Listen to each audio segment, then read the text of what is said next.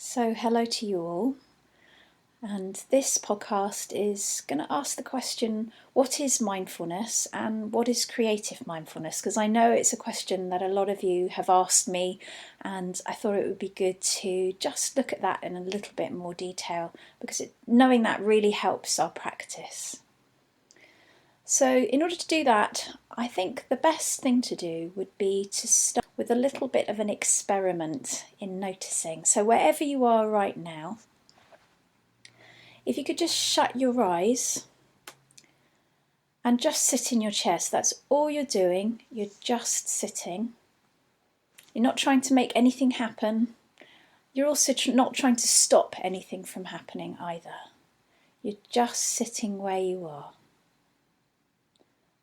And let's just see what happens in this next minute.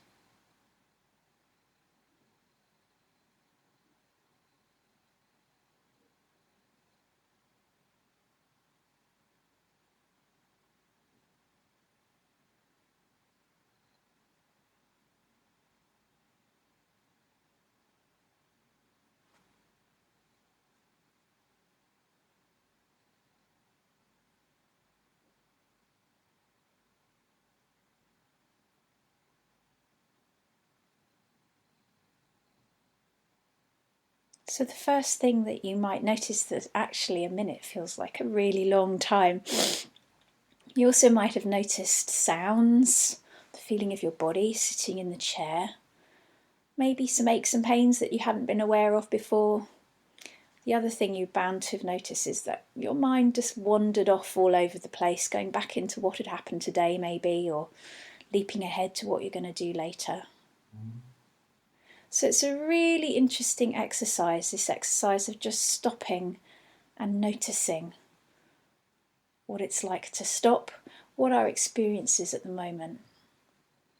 And that's really our most basic definition, if you like, of mindfulness. So what we can say is that mindfulness is a process of noticing what our experience is whilst we're actually experiencing it. So it's worth just thinking about that again. Mindfulness is a process of noticing what our experience is whilst we're actually experiencing it. And I think that's really interesting in itself, actually knowing that it's a process and that it's just about knowing what's happening whilst it's actually happening. And this noticing that we talk about when we talk about mindfulness isn't a sort of cold, detached or disconnected type of noticing. It's a noticing that's infused with a quality of warmth and kindliness and curiosity. And that's really important too. We're not judging our experience, we're making friends with it, we're getting to know it.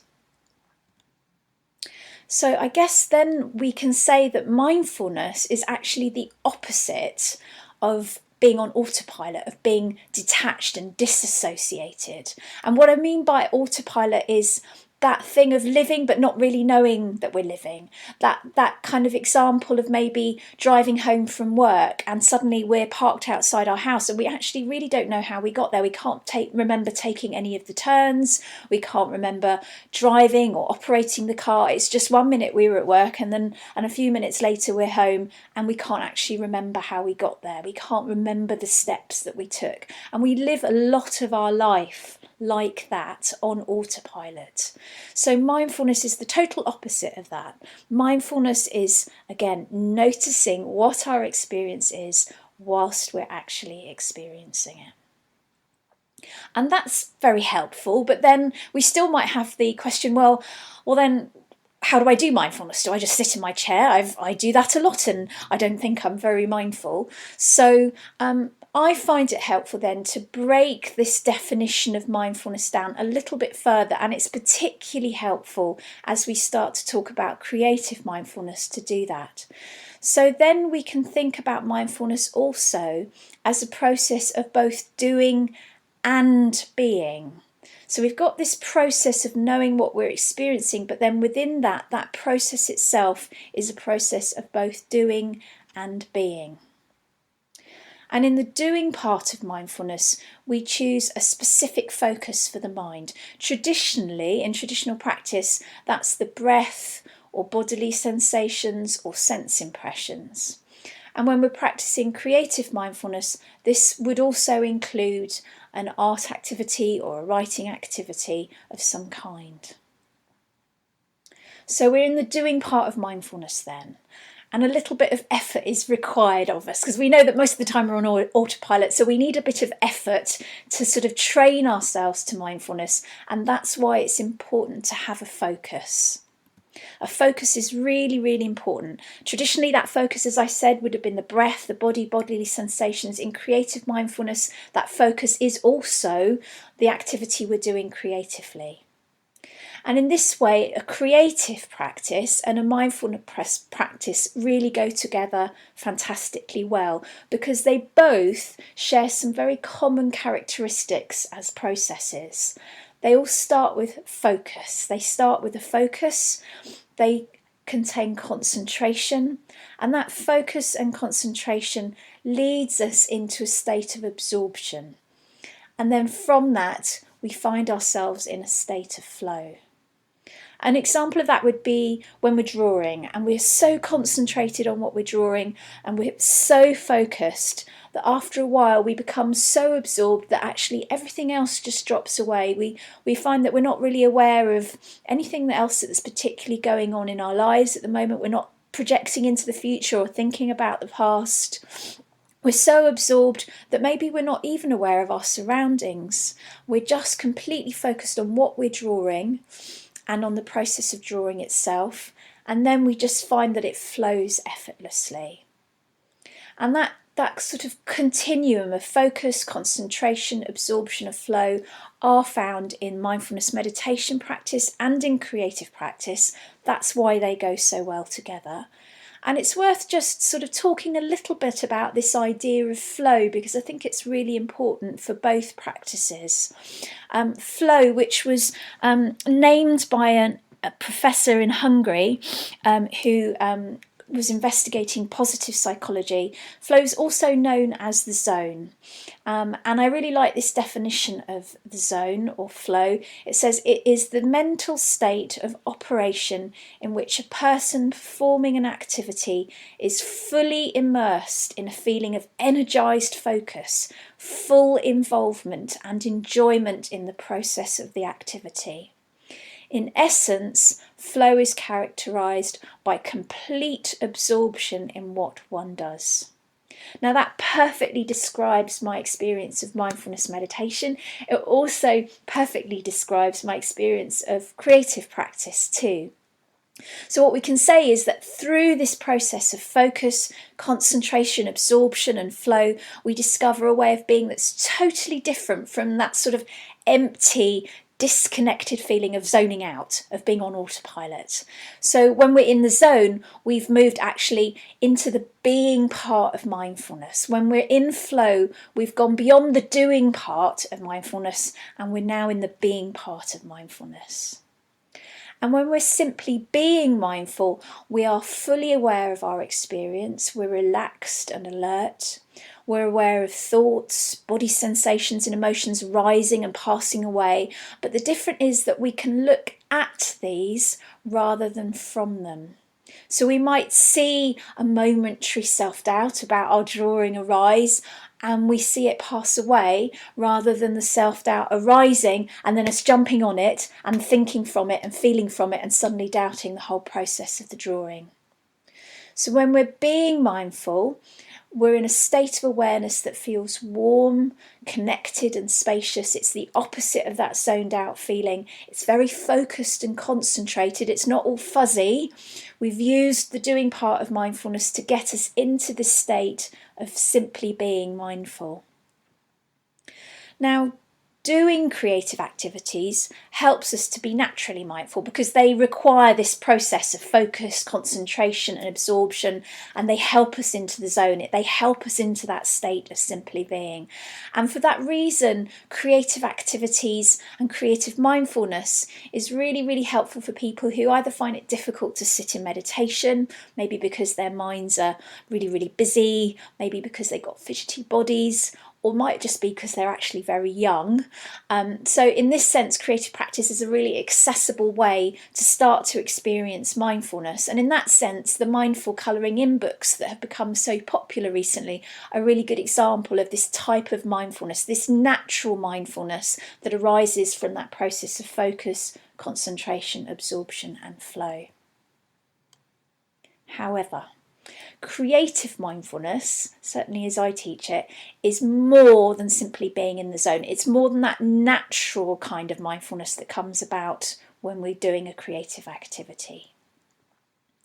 And the reason for this is that creative mindfulness utilises not only the natural mindfulness that arises during a creative activity, but it also directs mindfulness towards and at the creative process and at the artist's experience of doing it.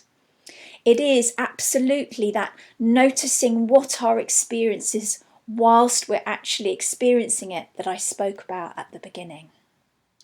So when we practice creative mindfulness, we're choosing to bring a kindly awareness to all the thoughts, feelings, habitual patterns, the kind of blocks to creativity, the lack of confidence, the inner criticism or self-sabotaging behaviours that we may bring to our creating. We're creating with an awareness of these rather than creating from these. There's a big, big difference. And to illustrate that, I thought I'd tell you a brief story about creative mindfulness in action. So a few years ago, someone came to my class, a woman called Moira. She was in her late 50s, and in the sharing session we had at the beginning of the class, which was going to be a 5-week course with 10 people, she shared that she really wanted to create, but every time she tried to do anything creative, she was filled with such depression, such total bleakness and despair that she simply couldn't do it. She just couldn't. It was too powerful an emotion to move through. So she just didn't create. She really wanted to. She had a partner who loved to be creative and she wanted to be creative with them, but she just couldn't. So how we worked with Moira in the session, how I worked with Moira was that, first of all, I told her that we were going to make her feeling this way okay. We were going to be really kind with it. And that meant we weren't going to force anything. And actually, if she wanted to, during any of the activities during the class, she could leave the classroom if she wanted to. She was completely free to just walk out if it got too much. So we started the session. We did 2 or 3 warm-up exercises, and she sort of looked a little bit uncomfortable, but she stayed in the room. And then we did our first mindful drawing activity, proper mindful drawing activity. And within about 2 minutes, she got up and she left the room. Clearly it was too much for her and she couldn't bear it. I was a little bit worried about her, but I stayed in the room with the rest of the students, and at the end of the activity I brought Moira back in, and as I always do in a class, we did some pair work. We sat down in pairs and just discussed what had happened during the activity, and I made sure I sat with Moira's pair. And Moira then shared that, sure enough, as soon as she'd started a proper creative activity, this terrible feeling of despair and depression had come upon her, and she hadn't been able to continue, and she'd felt really, really, absolutely terrible. And I just questioned Moira a little bit more about this, and I asked her to bring some more mindfulness to what had happened during the activity. And I asked her just to recollect what she had noticed around this uprising of the depressed feeling. And Moira was able to tell me, because she had been practicing mindfulness and being aware of her creative process, as well as being mindful through the creative process, she suddenly said she did remember that just before she got very, very depressed, she'd had recall of a time in her life when she was young, when she was surrounded by very supportive people and she was doing creative things and she was able to do creative things, but that now she didn't have that support. Now she didn't have people around her who supported her creativity and she didn't feel creative. And I was really amazed that she'd noticed this, and I was very excited, and I got very bouncy in my chair, and I said, Moira, this is amazing, this is a breakthrough. And she kind of looked a bit suspicious. Is it really? She asked. And I said, yes, absolutely, because what you have noticed by applying mindfulness is that it's not creating that makes you depressed. It's actually your thoughts about creating that are stopping you from being creative. It was remembering something from the past and a story about it and how you didn't have it now that made you unable to create. And whereas sat for a minute or two, maybe not a minute or two, maybe a minute, and I could suddenly see that something kind of shifted in her, because there was this completely different expression on her face. And she was said, really, you mean that it's not the creating? And I said, well, you think about what happened. Was it the creating, or was it the thoughts about the creating? And in the end, she said, no, it was definitely the thoughts about the creating. And I said, okay, that's great. Then all we need to do now is you just need to be really mindful of those thoughts that come up, and you need to treat them with great kindness, and you need to know that it's okay, you can do it. And we then went on to do another creative activity in the class, another drawing activity. And Moira stayed in her chair through the whole activity. She didn't leave the room. And at the end of it, she said, yeah, those things had come up, the feelings and thoughts had come up, but she was able to be mindful of them.